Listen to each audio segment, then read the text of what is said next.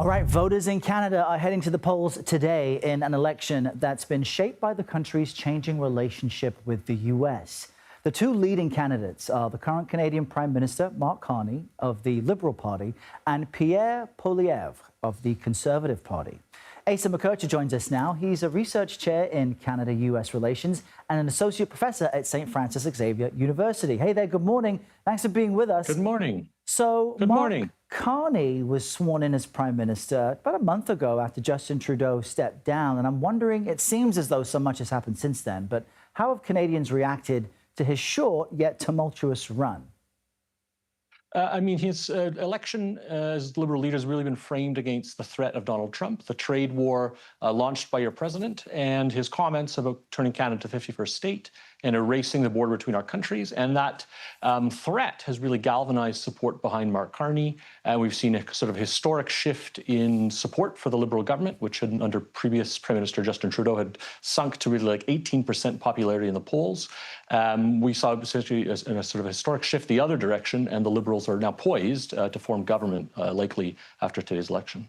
And it's interesting because Mark Carney was also given a lot of credit, people looking into his background. I mean, he has a very serious banking experience. And so it seems as though Canadians are confident somewhat in what he will bring to the country. But how are the two main candidates responding to the Trump administration in ways that voters can differentiate?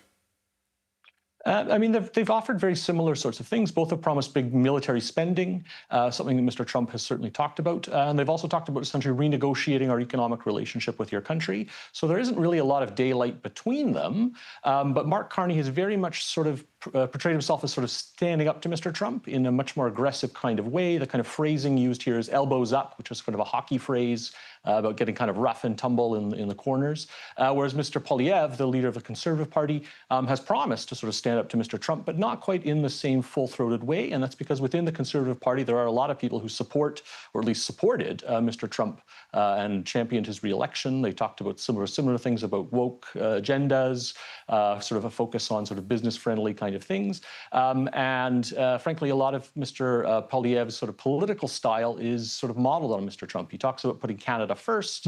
Again, he talks about things like a woke agenda. And so for some Canadians, that just seems a bit too Trumpy for them. And that's perhaps a bit unfair to Mr. Poilievre. But that's the way that certainly many Canadians view him. Well, I wanted to ask you more about that, Asa. Based on what you've just laid out, is there a clear front runner at the moment? Yeah, the Liberals have really sort of swung from sort of historic unpopularity when it might be hard for maybe American listeners to know because Mr. I think Trudeau, the previous Prime Minister, had, I think, a better reputation abroad than in Canada. But he was like in the sort of single-digit sort of approval ratings when he stepped down in December. And the Conservatives were basically sort of 25 to 30 points up in opinion polls. And now we've seen a shift the other direction with the Liberals up about 10%. So a really historic kind of 30 or 40% swing in opinion polls, and the Liberals seem poised to form government, whereas in December they seemed to not even potentially be a political party anymore. They seemed on the face of kind of being wiped out by voters. Yeah, remarkable. We'll keep watching this closely. Asa McKercher, thanks for joining us from Nova Scotia, 8:48 where you are. Appreciate your time. Thanks very much.